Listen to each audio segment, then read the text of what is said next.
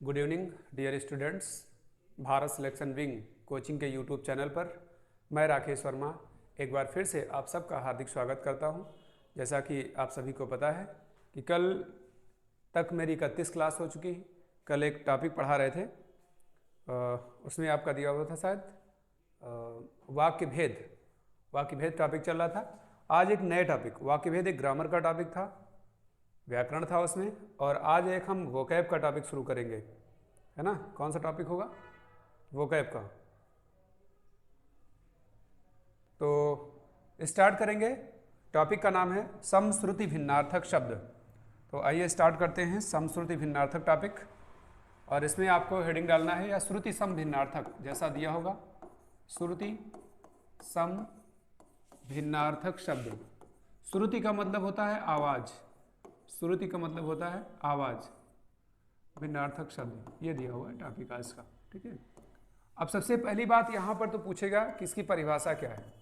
इसकी परिभाषा क्या है, यानी श्रुति सम भिन्नार्थक जो टॉपिक है, इसकी सबसे पहले हमें क्या करना होगा, परिभाषा को जानना है। इसमें लिखेंगे ये शब्द, यानी वह शब्द, यहाँ पर लिखेंगे वह शब्द जो देखने व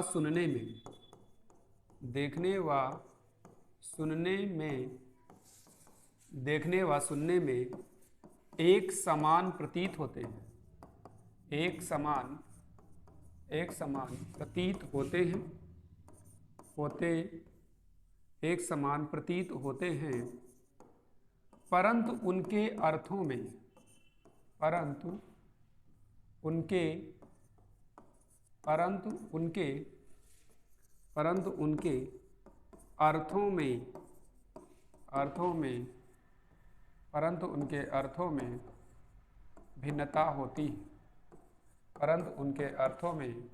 भिन्नता होती है, उन्हें श्रुति सम भिन्नार्थक शब्द कहते हैं। ये परिभाषा लिखना है, उन्हें श्रुति सम भिन्नार्थक शब्द कहते हैं, उन्हें श्रुति सम भिन्नार्थक शब्द कहते हैं। ये आज का टॉपिक है ना। परिभाषा में यानी इसका कहने का मतलब यह था कि शब्द देखने में और बोलने में एक जैसे प्रतीत होंगे। देखने, बोलने व सुनने, यहाँ पर एक वर्ड बढ़ा लो और अच्छा, देखने बोलने लिख लो और अच्छा हो जाएगा। देखने, बोलने व सुनने में ऐसे लिख लो तो और थोड़ा सा क्लियरिफाई हो जाएगा। यानी देखना, बोलना और सुनने में एक समान प्रतीत होते हैं, परंतु उनके अर्थों में भिन्नता होती है। यानी उनके सब के अलग अलग अर्थ होंगे और शब्द एक ही जैसे देखने में, बोलने में थोड़ा सा वहाँ पर वॉल्यूम चेंज होगा या थोड़ी सी कोई मात्रा चेंज होगी, देखने में थोड़ा सा डिफरेंस होंगे। बस वही शब्द आपको यहाँ पर आज लिखना है। अब आइए, अब शब्दों का खेल है। कुछ शब्द इससे संबंधित हम लोग लिख लेंगे और यहाँ पर आयोग आपसे क्वेश्चन पूछता है। जैसे एक शब्द दिया हुआ है आपका प्रसाद, एक शब्द प्रसाद दिया है तो इसके सामने अभी इसका अर्थ लिखेंगे जैसे विलोम में लिख रहे थे। उसी के जस्ट नीचे एक शब्द दिया होगा प्रासाद, यानी प्रसाद और प्रासाद में अंतर क्या है। एक शब्द दिया हुआ है आपका अली और एक शब्द दिया हुआ है आपका अली। एक शब्द दिया है आपका कोश, तालब विसा के साथ आएंगे, और एक शब्द दिया हुआ है आपका मूर्धन्य सा, और एक कोश दिया है यहाँ पर दंती सा दिया हुआ है। एक शब्द आपका दिया हुआ है कपिस लिखा हुआ है, और एक सेकेंड, कपिस लिखा हुआ है, कपिस,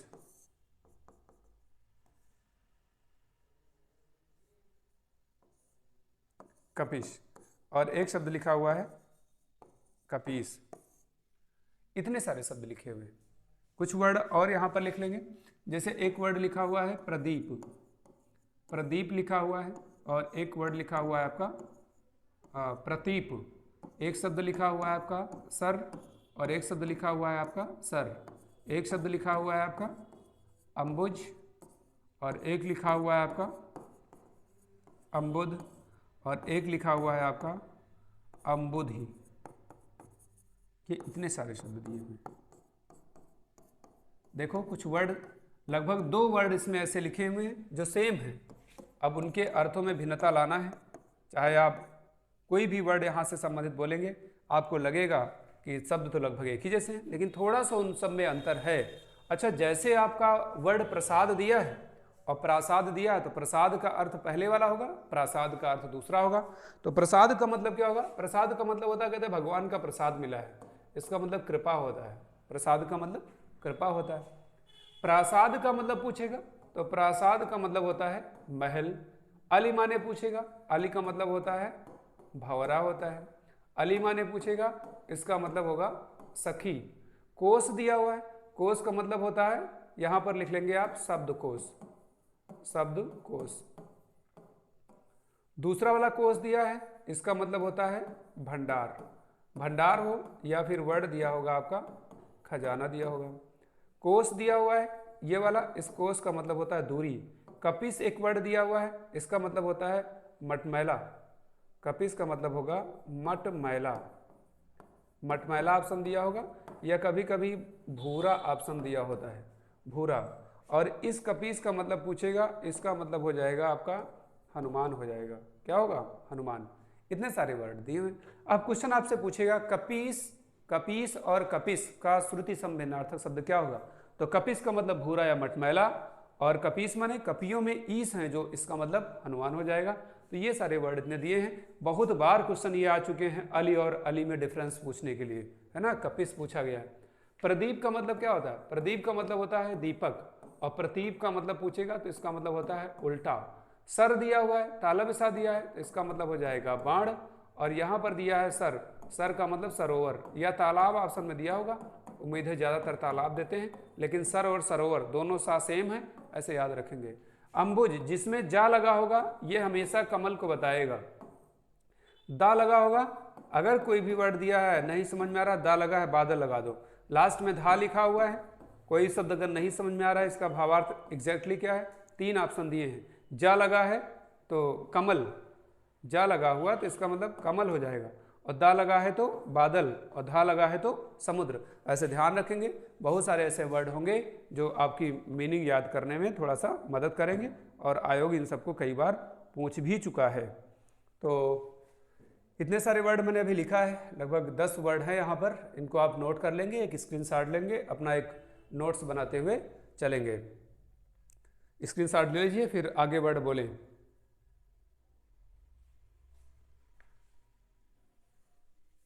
जैसे लिखे हुए हैं कुछ वर्ड दिए हैं। एक वर्ड दिया हुआ है आपका जगत लिखा हुआ है, और दूसरा फिर लिखा हुआ है जगत। एक शब्द दिया हुआ है आपका अनिल, और एक शब्द दिया हुआ है आपका अनल। एक शब्द दिया है आपका कुल, और एक शब्द दिया है आपका कुल, और एक शब्द दिया है आपका अभिराम, और एक वर्ड दिया हुआ है अविराम। वर्ड कौन सा दिया है? अविराम शब्द दिया हुआ है। अगला शब्द लिखा हुआ है तरणी, तरड़ी, तरड़ी, तरणी, तरड़ी, तरुड़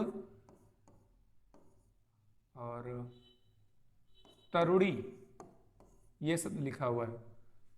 तरड़ी, तरड़ी, तरुड़ और तरुड़ी एक वर्ड दिया है।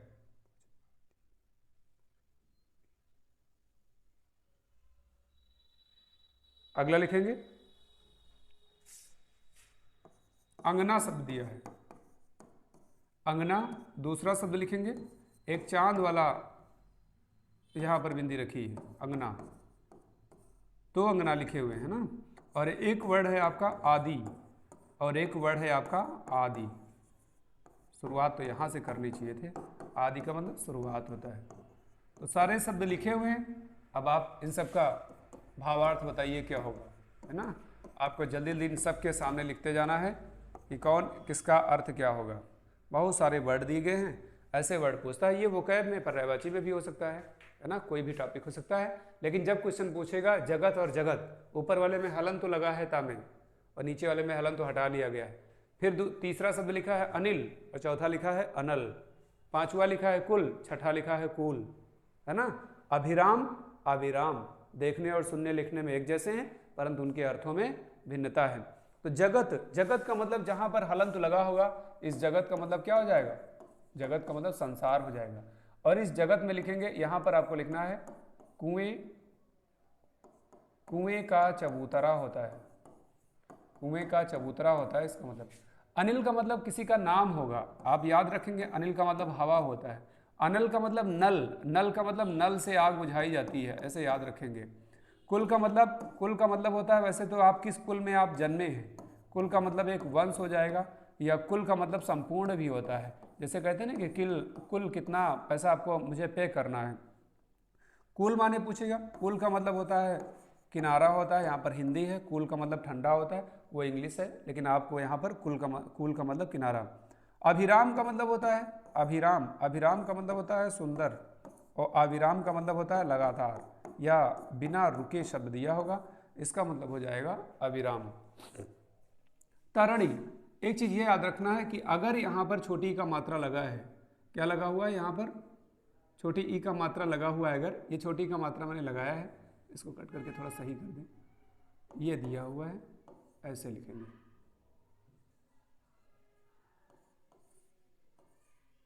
ऐसे लिखना है, ठीक है।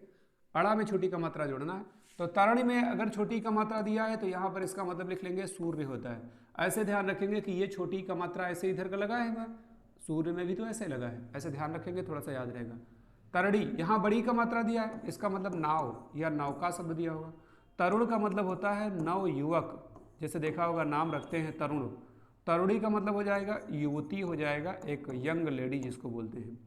अंगना, अगर अंक की बिंदी दी है तो अंगना का मतलब स्त्री होता है, वीरांगना, वीरंगना स्त्री, और अंगना का मतलब आंगन होता है, इसका मतलब कहते नहीं कोई सामान अंगना में रखा है।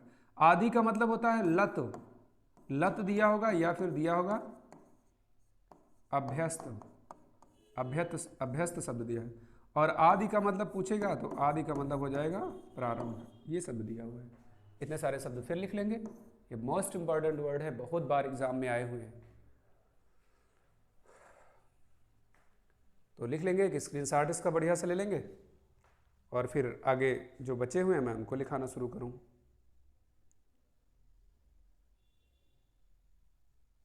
ले लिया ना स्क्रीनशॉट, आगे लिखेंगे वर्ड। एक वर्ड दिया हुआ है अरबी,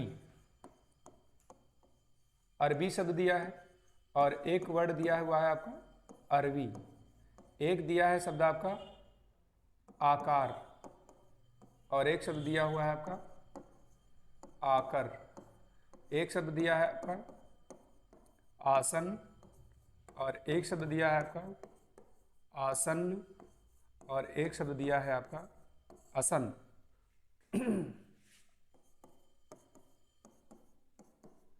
सबको लिखना है आपको असन।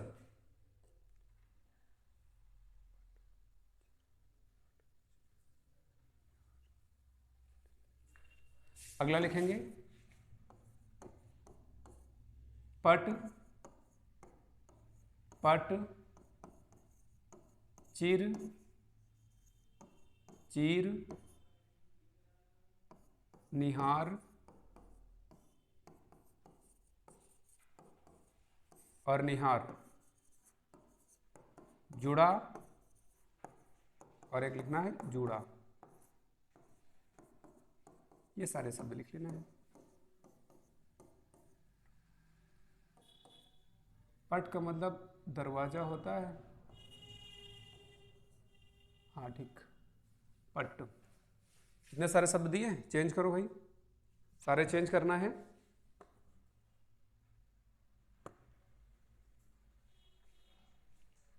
चेंज करिए सारे। अरबी, जैसे कहते हैं लोग अरब में रहते हैं, तो अरबी का मतलब वैसे अगर देखा जाए तो अरबी का मतलब भाषा एक होती है अरबी, या अरब में जो रहने वाले लोग होते हैं उनको भी बोलते हैं अरबी। अरबी का मतलब एक कंद लिख लेंगे, ऑप्शन में आपको मिलेगा एक कंद, और ब्रैकेट में लिखेंगे घुइयां होता है, घुइयां, घुइयाँ खाए होंगे ना, एक सब्जी होती है घुइयाँ की, एक कंद होती है उसको। आकार का मतलब पूछेगा, कहेंगे उसका आकार कैसा है, उसकी आकृति कैसी है। आकार का मतलब पूछेगा खान होता है, जैसे कोयले की खान। आसन का मतलब जैसे कहते हैं पंडित जी आसन पे बैठे हैं, सिंहासन, या शेर अपने आसन पे बैठा है। शेर वैसे जहाँ बैठता है वही सिंहासन होता है ना। आसन का मतलब पूछेगा, काल टॉपिक पढ़ा रहे थे, आसन का मतलब समीप या निकट होता है। आसन का मतलब पूछेगा कि आसन का मतलब क्या होता है, तो आसन का मतलब होता है भोजन। पट माने पूछेगा, पट का मतलब होता है दरवाजा, दरवाजा, या फिर पट का मतलब होता है, या फिर पट का मतलब कपड़ा होता है कि मंगन को देख देख पट देत बार बार, आगे पढ़ाएंगे भी अलंकार में। पट का मतलब तख्ती होता है, तख्ती। और एक और बोलते हैं, कहते हैं पट से मार दी, है ना। तो पट का मतलब यहाँ श्याम पट, तख्ती, ये वो वाला है। चिर का मतलब पूछेगा, चिर का मतलब हो जाएगा दीर्घ, सॉरी दीर्घ हो जाएगा इसका मतलब। और चीर माने पूछेगा, चीर हरण, कपड़ा हो जाएगा। निहार, बड़ी का मात्रा दिया है, इसका मतलब ओस होता है। क्या होता है, ओस। छोटी का मात्रा दिया है, इसका मतलब होता है निहारना। क्या होता है, निहारना होता है। जुड़ा का मतलब नत्थी होता है, किसी चीज में नत्थी है या किसी चीज में संलग्न है, संलग्न है। और जुड़ा का मतलब यहाँ पर लिख लेंगे बालों का बंधन, बालों का, बालों का बंधन। इतने शब्द फिर मैंने नोट किए हैं, तो आप इतने शब्द और नोट करेंगे, एक बढ़िया सा स्क्रीनशॉट लेंगे और सारे वर्डों को लिखना है आपको, और लिख करके सब प्रैक्टिस कर लेना है ना, ताकि एग्जाम में कोई भी वर्ड आए एक भी गलत ना होने पाए आपसे।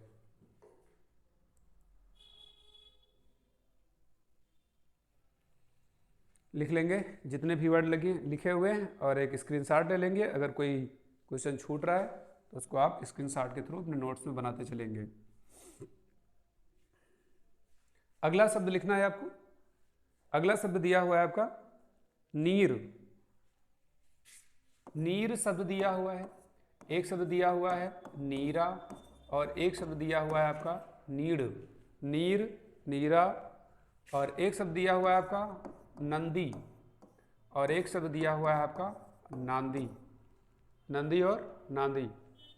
अगला शब्द दिया है नावक, और अगला शब्द दिया हुआ है आपका नाविक।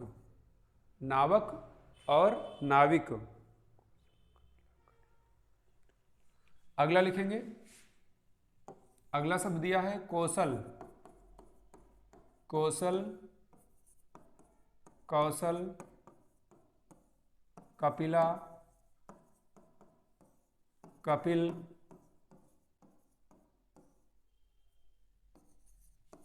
कीर, कर, करी, काटी, कीट। इतने सारे शब्द फिर लिखना है।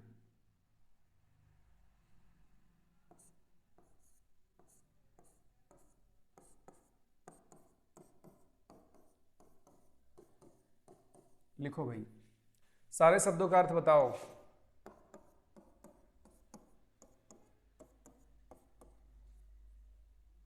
चेंज करो सारे शब्द, बताओ क्या होगा। सारे तो बताया होगा मैंने, है ना। नहीं बताया, फिर से एक बार रिवाइज कर लेंगे, या फिर अब आप ऑनलाइन देख रहे हैं देखेंगे। नीर का मतलब क्या होता है, नीर। नीर का मतलब हो जाएगा पानी, जल होता है। और नीरा का मतलब लिखेंगे ताड़, एक ताड़ी आती है, ताड़ का जो रस होता है उसको बोलते हैं नीरा। और नीड़ का मतलब घोंसला होता है, नीड़ का निर्माण फिर घोंसला। नंदी का मतलब होता है शिव का बैल, शिव का, भगवान शिव का जो बैल था उसको नंदी था। नांदी का मतलब पूछेगा मंगलाचार, मंगलाचार। नावक का मतलब होता है बाघ, और नाविक का मतलब पूछेगा मल्लाह होता है, मल्लाह। नावक का मतलब पूछेगा तो इसका मतलब होता है बाघ, और नाविक का मतलब पूछेगा मल्लाह होता है। कौशल, कौशल का मतलब कौशल नरेश, यहाँ पर ध्यान रखना है, इसका मतलब अयोध्या होता है। कौशल का मतलब पूछेगा किसी चीज में आपको कौशल विकास होना चाहिए, निपुण। कपिला माने पूछेगा, इसका मतलब होता है गाय। कपिल का मतलब पूछेगा, इसका मतलब होता है मुनि। कीर, कीर वर्ड दिया हुआ है, इसका मतलब होता है तोता। कर माने दिया है, कर माने, कर के तो कई अर्थ होते हैं। कर माने प्रधानमंत्री मोदी के कर कमलों द्वारा। कर माने हाथ, कर माने टैक्स, कर का मतलब किरण, किरण, कर का मतलब सूंड, सूंड ये होता है। करी माने पूछेगा, इसका मतलब हाथी होता है, करी का मतलब हाथी। काटी ये वर्ड आ चुका है, काटी का मतलब कमर। कीट का मतलब पूछेगा, इसका मतलब कीड़ा होता है। लिखो वर्ड, सारे शब्द दिए हैं पर रैवाची में भी पूछ सकता है। और आपसे ये पूरा इसका टॉपिक ही है हिंदी में, यहाँ तो क्वेश्चन पूछा ही जाता है, इसलिए इतने सारे वर्डों को ध्यान रखना है। नीर का मतलब, नीर माने पानी होता है। नीरा का मतलब ताड़ी जिसको बोलते हैं, उसको बोलते हैं ताड़ का जो रस होता है। नीड़ का मतलब नीड़ का निर्माण, फिर हरिवंश राय बच्चन, है ना, इसी पर इनको दिया गया था ज्ञानपीठ पुरस्कार 1991 में। नंदी का मतलब कहते हैं नंदी बाबा जा रहे हैं, इसका मतलब भगवान शिव का जो बैल था उसका नाम था नंदी। नांदी का मतलब मंगलाचार, जिसको आप लोग गांव में बोलते होंगे द्वार पूजा शादी में। नावक का मतलब बाघ होता है। नाविक आपको पता है मल्लाह जो नाव चलाने वाला होता है। कौशल नरेश, है ना, अयोध्या को बोलते थे। कौशल का मतलब कौशल विकास, सरकार जैसा काम कर रही कि किसी क्षेत्र में आप बढ़िया सा कौशल स्किल हो जाए आपके पास, निपुण।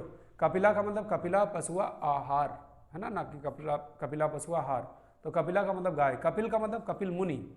कीर का मतलब तोता। कर माने हाथ, टैक्स, किरण, सूढ़, बहुत सारे वर्ड होते हैं। करी का मतलब हाथी होता है। कटी का मतलब पूछेगा तो कमर होता है। और कीट का मतलब पूछेगा कीटनाशक दवाएं, तो वहाँ पर ये वर्ड लिखा हुआ है, इसका मतलब कीड़ा होता है। तो एक इसका स्क्रीनशॉट ले लीजिए, आगे जो वर्ड बचे हैं मैं उनको लिखवा दूँ। आगे फिर एक वर्ड लिखा हुआ है, एक वर्ड लिखा है जनता। जनता ना पूरा दिया है और एक जनता दिया हुआ है। यहां पर इस जनता में क्या है, ना आधा दिया है।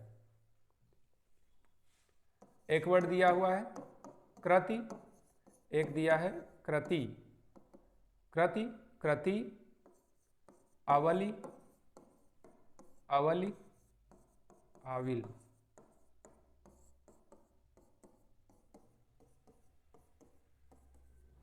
आवली और आविल। एक शब्द दिया है कांता, कांता, और एक शब्द दिया हुआ है कांतार, कांता और कांतार।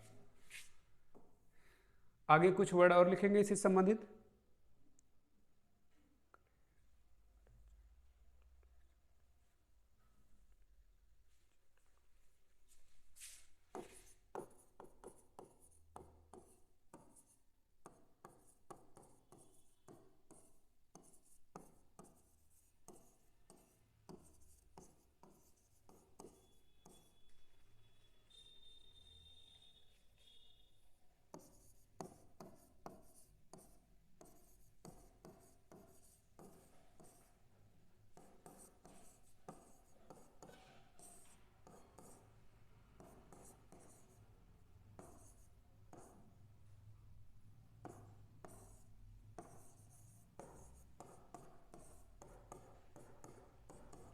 चलो इतने सारे वर्ड और लिखना है,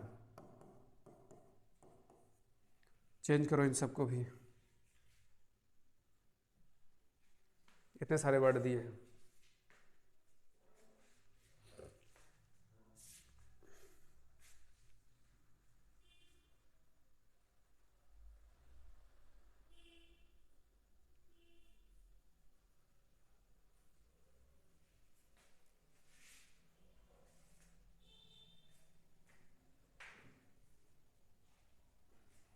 लिखेंगे भाई।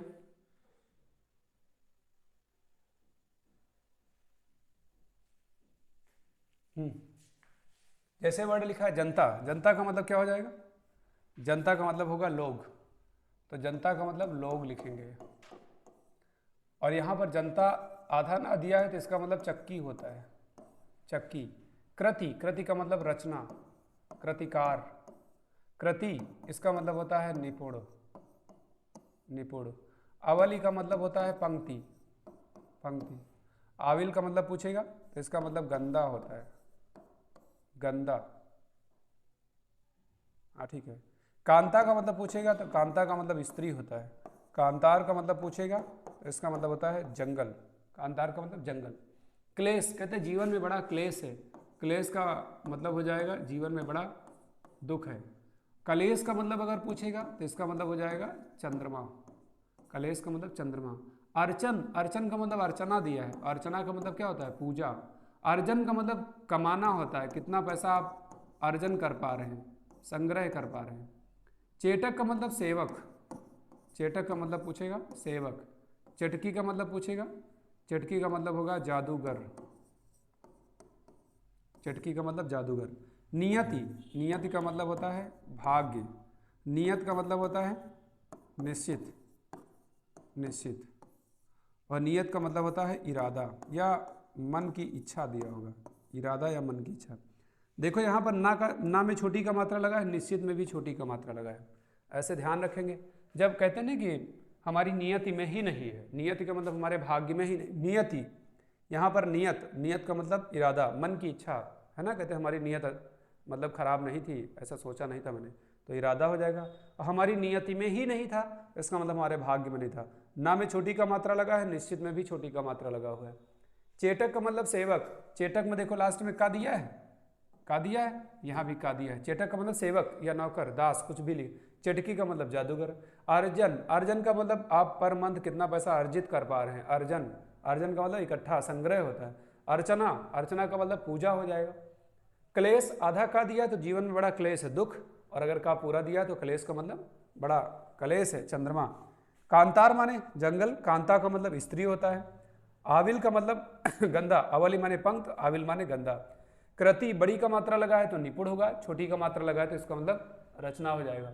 जनता, ना पूरा दिया, जनता मतलब आम जनता, इसका मतलब लोग। और अगर ना आधा दिया हुआ है तो इसका मतलब चक्की होता है। तो इतने सारे वर्ड मैंने लिखा है, इन सब का भी आप एक स्क्रीनशॉट लेंगे, फिर आगे लिखाना मैं शुरू करूं।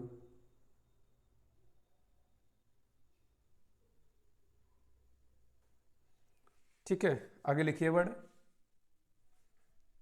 एक वर्ड दिया हुआ है अतप।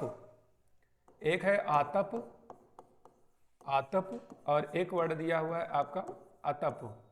आतप शब्द दिया हुआ है और एक दिया हुआ है आपका अतप। अगला शब्द लिखेंगे पाली और पाली। पाली एक शब्द दिया हुआ है और एक शब्द दिया हुआ है आपका, अच्छा पाली लिख दिया है तो दूसरा पाली लिख लेंगे, दूसरा लिखेंगे पाली। अगला शब्द दिया हुआ है प्लव। प्लव दिया हुआ है। एक शब्द दिया है आपका पल्लव दिया हुआ है। प्लव, पल्लव, और एक वर्ड है विप्लव। आधा पा करेंगे, विप्लव, विप्लव। अगला शब्द लिखेंगे प्रेषित। प्रेषित, और एक शब्द है आपका प्रोषित। प्रेषित और प्रोषित एक शब्द दिया हुआ है। अगला शब्द लिखा है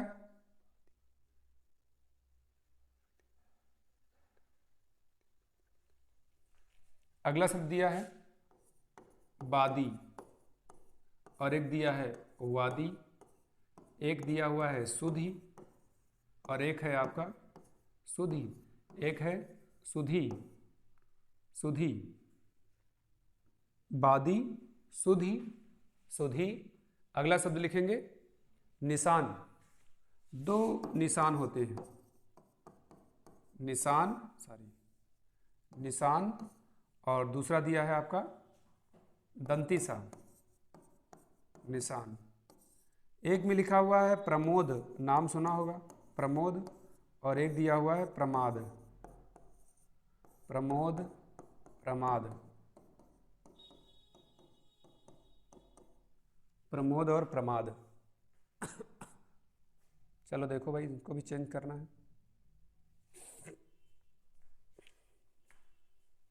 प्रमोद और प्रमाद। आतप का मतलब आतप प्रियो प्रभात, इसका मतलब होता है धूप। आतप का मतलब होता है जो तपे ना, इसका मतलब होता है शीतल। क्या होता है? इसका मतलब होगा शीतल। पाली, पाली, पाली का मतलब होता है पारी, कहते ना कि दूसरी पाली खेल रही है, पारी। पाली का मतलब होता है एक भाषा है, किसकी भाषा थी? भगवान बुद्ध की। प्लव का मतलब होता है बाढ़, पल्लव का मतलब पूछेगा बाढ़। पल्लव का मतलब पूछेगा, पल्लव का मतलब पत्ता, जिसको टल्लव बोलते हैं वो पल्लव है। विप्लव का मतलब होता है अंधेरा, विप्लव का मतलब होगा अंधेरा। प्रेषित का मतलब होता है, कहते हैं इसको भेजा गया है, भेजा हुआ, प्रेषित, भेजा हुआ। प्रोषित का मतलब होगा प्रवासी, जो प्रवास कर जाए, जैसे यहाँ भारत से किसी दूसरे देश में चले जाएं तो प्रोषित का मतलब प्रवासी होता है। बादी का मतलब होगा गरिष्ठ भोजन, बादी का मतलब होगा गरिष्ठ, गरिष्ठ भोजन, कहते हैं भोजन बड़ा बादी था, मतलब जल्दी पाचन क्रिया नहीं कर पाया। वादी का मतलब होता है वक्ता, वादी का मतलब वक्ता, जो मुकदमा दायर किए, जो मुकदमा, जो मुकदमा दायर करे, जो मुकदमा दायर करे। सुधि का मतलब होता है स्मरण, स्मरण। सुधि माने पूछेगा, इसका मतलब होता है, सुधि का मतलब होगा समझदार। निशान, अब यहाँ पर देखो दो कंडीशन दी गई, चुनाव निशान यहाँ पर दिया होता है, निशान का मतलब पूछेगा, जैसे अभी रैली चल रही बिहार में तो चुनाव निशान, इसका मतलब हो जाएगा चिन्ह, ये लिखना है चिन्ह। और इस निशान का मतलब पूछेगा तो इसका मतलब होगा झंडा। प्रमोद का मतलब खुशी होता है, प्रमोद का मतलब खुशी या आनंद दिया होगा। प्रमाद शब्द दिया है, प्रमाद का मतलब भ्रम हो जाएगा, कहते बड़े प्रमाद में हैं आप, बड़े भ्रम में हैं आप। इतने सारे वर्ड दिए, इनको भी आपको शॉर्ट कर लेना है, स्क्रीन शॉट कर लेंगे और अपने उसमें नोट्स में बनाते हुए चलेंगे। प्रमोद और प्रमाद लिख लिया है ना?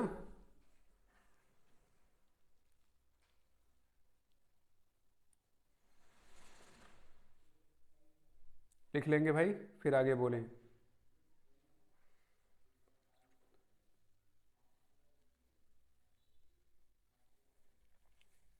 आगे देखेंगे वर्ड, लिखा हुआ है, पहला शब्द दिया हुआ है पास, दूसरा फिर पास लिखा हुआ है, एक लिखा हुआ है रुदन, और एक लिखा हुआ है, एक लिखा हुआ है रदन। अगला शब्द दिया हुआ है समाधि, और एक शब्द दिया हुआ है,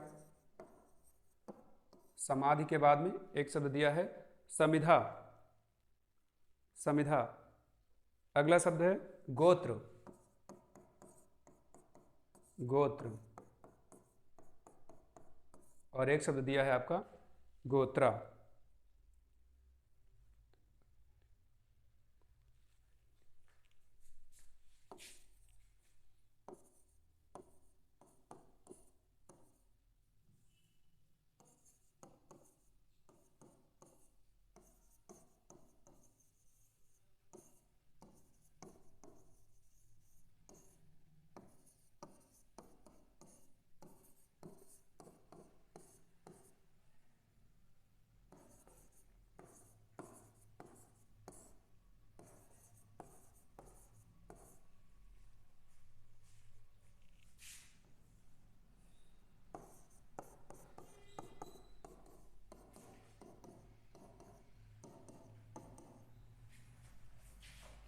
लिखो भाई इतने सारे वर्ड फिर से।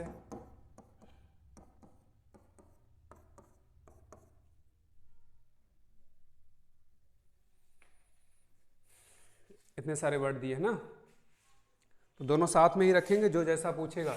पास का मतलब मेरा घर आपके घर से पास है, निकट है, नज़दीक हो जाएगा, निकट। और इस पास का मतलब फंदा होता है, फंदा है ना, फांसी का फंदा, पासी का, फांसी का तत्सम है। रुदन का मतलब रोना होता है, रुदन का मतलब रोना। रदन माने पूछेगा, इसका मतलब होता है, रदन का मतलब दांत। समाधि का मतलब होता है ध्यान, ध्यान मग्न, ध्यान मग्न, कहते नहीं भगवान, कोई ऋषि मुनि जो है वो गंगा जी में ध्यान मग्न है और समाधि लगाए हैं, समाधि लगाए हैं, इसका मतलब ध्यान मग्न। समिधा का मतलब होता है हवन में, हवन में जलाने वाली, हवन में जलाने वाली लकड़ी। गोत्र का मतलब आपका जन्म किस गोत्र में हुआ है, गोत्र का मतलब वंश होता है। गोत्रा माने पूछेगा, इसका मतलब गोत्रा का मतलब पृथ्वी होता है। हवन में जलाने वाली लकड़ी। चपत का मतलब थप्पड़, थप्पड़। चंपत का मतलब होता है गायब, गायब होना। 9 2 11 चंपत। अर्थी, अर्थी का मतलब यहां पर लिखेंगे आप टिकठी, कहते हैं उनकी अर्थी जा रही, और इस अर्थी का मतलब होगा चाहने वाला। इति का मतलब होता है समाप्त, समाप्त। और ईति का मतलब पूछेगा, इसका मतलब बाधा होता है। भुवन, भवन, भुवन का मतलब होता है, भुवन का मतलब संसार, और भुवन माने भवन माने पूछेगा, इसका मतलब घर। तो लिख लो सारे वर्ड, बहुत ज़्यादा इंपॉर्टेंट है। तो आज की क्लास में मैंने इतने करवा दिए हैं लगभग वर्ड, है ना। 9 स्लाइडें लिखवाया है, लगभग 60-70 वर्ड मैंने लिखवाए हैं आज की क्लास में। तो इसको देखेंगे, हाँ थोड़ा सा एक बार रिवाइज कर लेंगे। पास का मतलब मेरा घर आपके घर से पास है, निकट है। पास का मतलब ये फंदा होता है, फांसी का तत्सम है वैसे, तो पास का मतलब फंदा। रुदन का मतलब रोना होता है।